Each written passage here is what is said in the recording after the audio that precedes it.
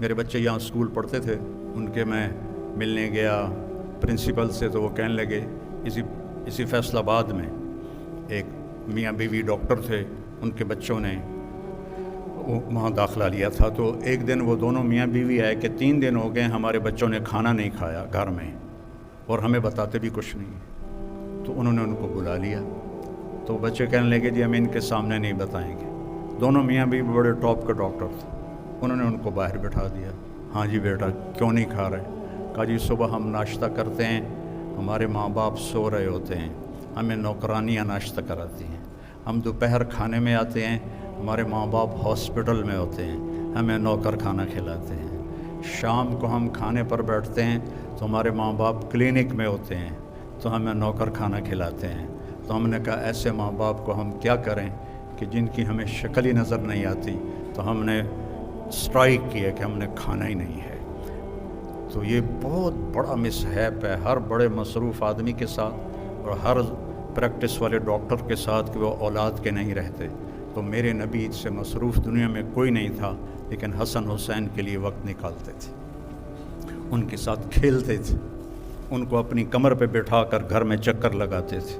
وہ پھر کہتے تھے کیسا ہے اونٹ تمہارا؟ پھر ان کو اتار کے زینب کو بٹھاتے اور گھر میں چکر لگاتے تھے۔ اتنا بڑا رسول اور بچوں کے لیے ٹائم نکالے، اور آپ چھوٹے سے ڈاکٹر اور کلینک کے پیچھے آپ اپنے اولاد کو بھول گئے، بیوی کو بھول گئے، گھر کو بھول گئے، ماں باپ کو بھول گئے، پیسہ پیسہ پیسہ پیسہ۔ وہ میرا بھائی کہنے لگا کہ پیسہ ہمارے پاس اس وقت آتا ہے جب ہم خود بوڑھے ہو رہے ہوتے ہیں، تو پتہ نہیں آگے وہ کس کا کام کا ہے، ہمارے بچوں کے کام کا یا کسی اور کے کام کا ہے۔ تو اعتدال کی زندگی سیکھو، اعتدال کی زندگی گزارو، آپس میں پیار محبت سے رہو۔ آپ لڑکے لڑکیاں کٹھے پڑھتے ہو، حیا کا دامن مت چھوڑو۔ یہ ویسے فطرت اسلام نہیں ہے کہ جوان بچے بچیاں کٹھے پڑھیں، اور اب تو مجھے لڑکیاں زیادہ نظر آ رہے ہیں، تسی ایویں ہی تھوڑے ہوندے جاندے ہو۔ تو احتیاط سے رہو، نظروں کی حفاظت کرو۔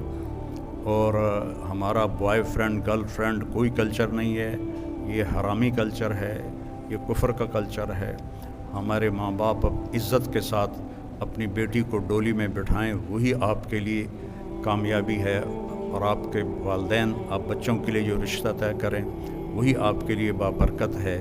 اس طرح کہ جو آج عنوان چل گئے ہیں یہ انتہائی خطرناک ہیں اور بہت ہی یہ نقصان دہ ہیں، چونکہ جو اس عمر کی پسند اور عشق ہوتا ہے وہ ماشاءاللہ شادی کے بعد بالکل ناکام ہو جاتا ہے اور طلاقوں تک نوبت آتی ہے۔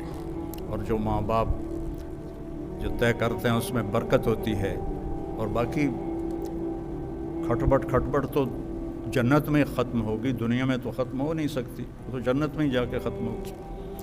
تو لیکن یہ کام نہیں کرنا کہ اپنی پسند کے پیچھے کتنے لڑکے لڑکیاں کورٹ میرج کر لیتے ہیں، گھروں سے بھاگ جاتے ہیں، یہ سب تباہی کے راستے ہیں۔ اس سے اپنے آپ کو بچاؤ اور حیا کا دامن نہ چھوڑو، کہ اللہ تعالیٰ اور اس کے نبی کو حیا بہت پسند ہے، اور جن سے سیکھو، جن سے پڑھو، ان کی عزت اپنے دل سے کرو۔